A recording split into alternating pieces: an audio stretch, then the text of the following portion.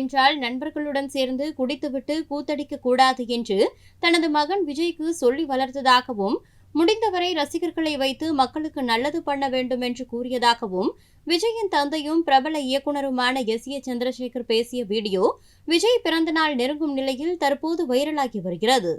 என் பிள்ளைய நானும் அப்படிதான் வளர்த்து வச்சிருக்கேன். உனக்கு பிறந்த நாளா கொண்டாட்டம்லாம் வேண்டாம்பா. அந்த பிறந்த நாள் அன்னைக்கு உன்னால ஏதாவது நல்லது பண்ண முடியுமா? ஒரு 400 இடத்துல ஏதாவது நல்லது நடக்குமா? 400 குறைஞ்சது ஒரு 1,00,000 ஏழைங்க அன்னைக்கு தமிழ்நாடு முழுக்க நான் சொல்றேன், ஏழைங்க ஏதாவது நல்லது நடக்குமா?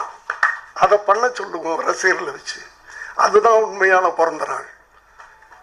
நண்பர்களை கூட்டிட்டு தண்ணி அடிக்கிறது பிறந்த நாள் இல்லை. உண்மையான பிறந்த நாள்னா உன்னால மற்றவர்கள் பயனடையணும். அதாவது